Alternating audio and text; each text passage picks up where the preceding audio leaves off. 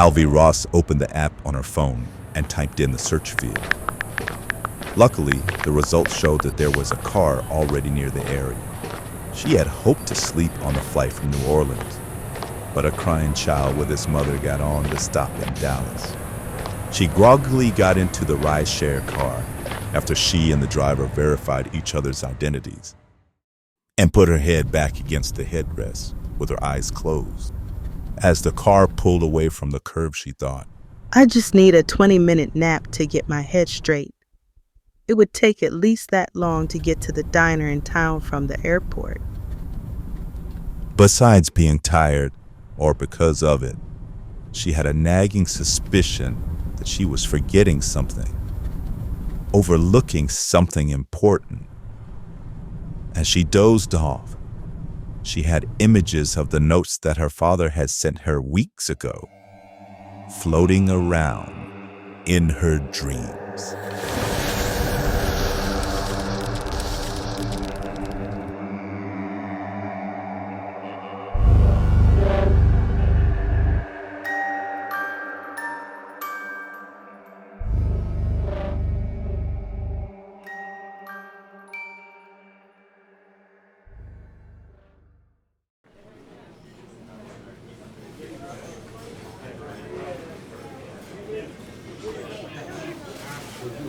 Alvey walked into the diner with a skeptical eye.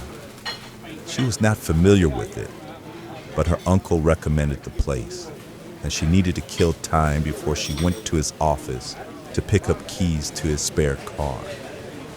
It smelled of burnt coffee and diesel exhaust. It was pretty packed too, and she waited for a small group of 3 to leave so she could get a booth to herself.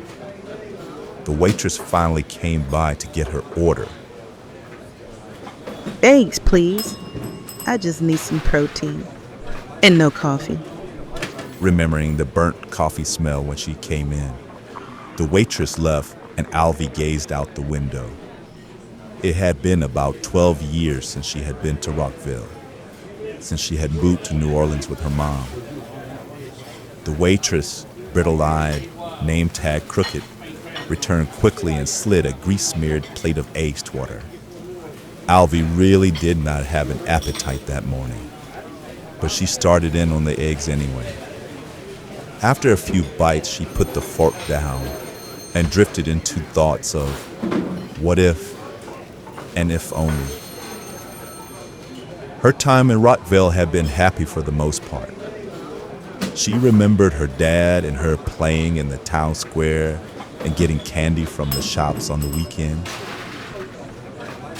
The waitress came back and interrupted her thoughts, asking if she was finished with her plate. She nodded, and it was whisked away. Alvey took out her temp work phone and placed it on the table. She was about to drift back into her childhood memories when the phone on the table buzzed. The county corner seal came up on the screen. She unlocked it, and on the display were coordinates, not an address. She called the number that had sent the message. A voice answered abruptly. Meet me at the Okie Sims field. It's in a slurry pit.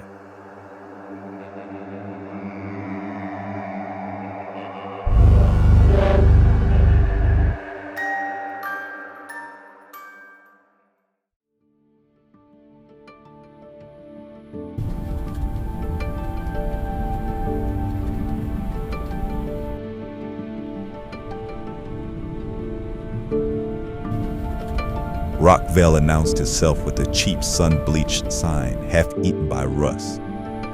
Pop, 2103. The oil fields sprawled like a rotten wound, pup jacks nodding in the heat. Alvey parked her car beside this sheriff's cruiser, but he was nowhere in sight. The air tasted metallic. Alvey made her way towards the backhoe with a man inside. She sensed that she was going in the right direction. She stopped at the edge of the pit and looked around. The sheriff finally came from a small office doghouse just south of the pit. Rose? Alvey asked him, and he nodded.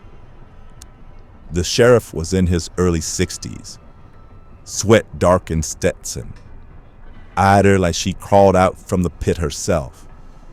You the bone reader? I'm a forensic sculptor. I rebuild faces. The sheriff chuckled.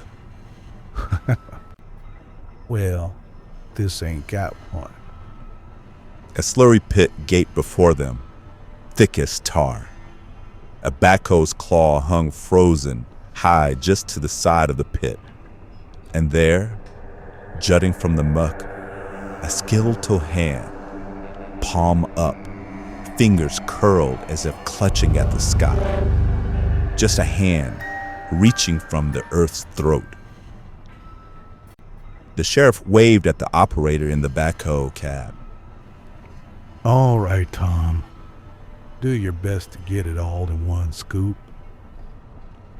The sheriff turned to Alvey and talked as the motor noise of the backhoe increased. The site foreman said that the containment for this pit seemed to be weakened by the recent rain. He contacted old Tom Ferry, see if he could shore it up and keep it from becoming a big mess. And up pops Bones. Surprised he got a hold of old Tom during hunting season. The backhoe's claw went down and scooped where the bones were exposed. The backhoe backed up some distance, and then Tom swiveled the backhoe's arm so he could place the contents of the scoop far from the pit. Alvey and Sheriff Rose made their way over to the remains.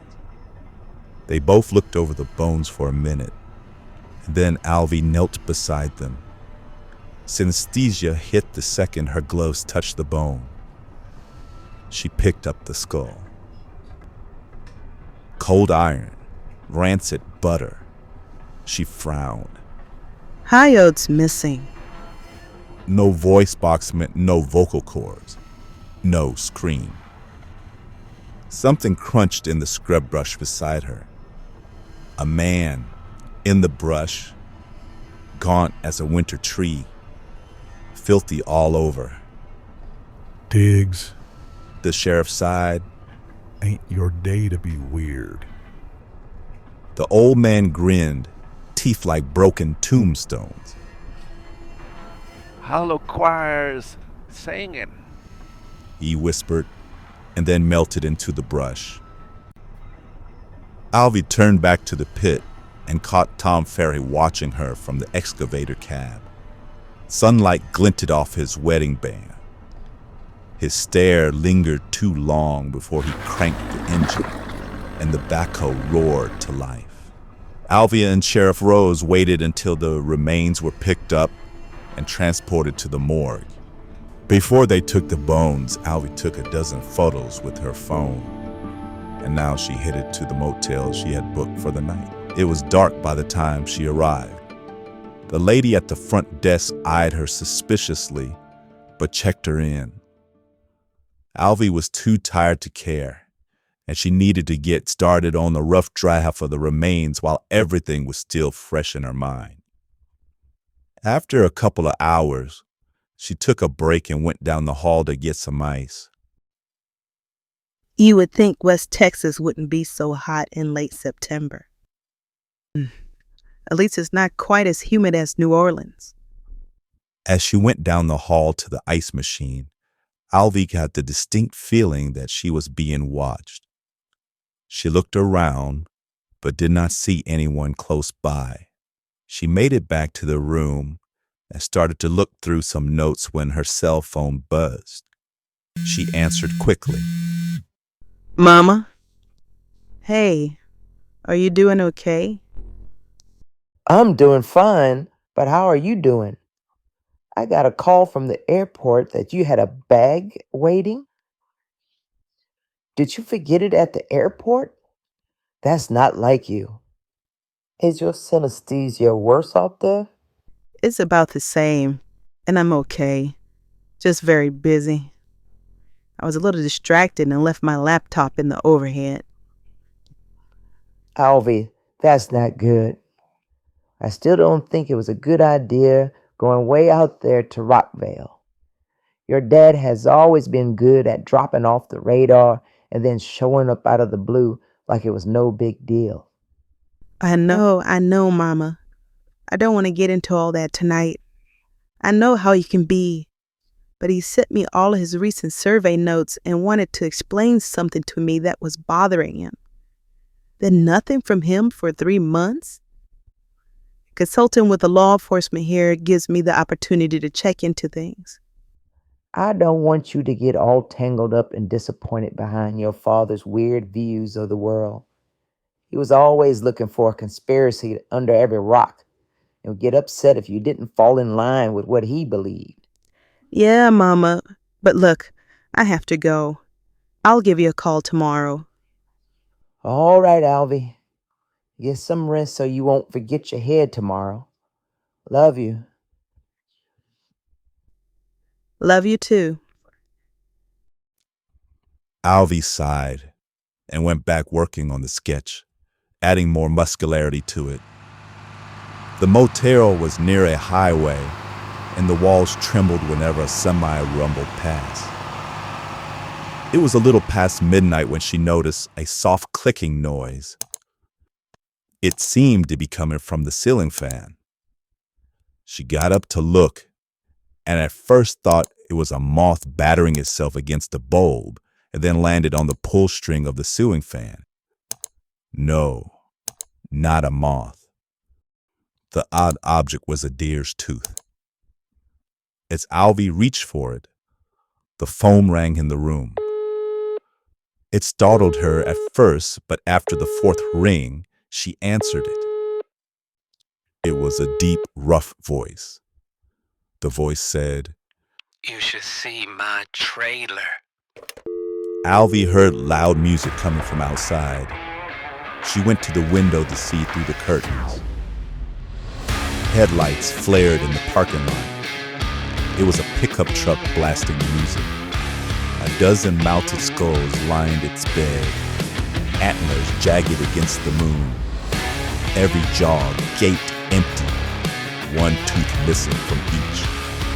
Outside, an engine gun.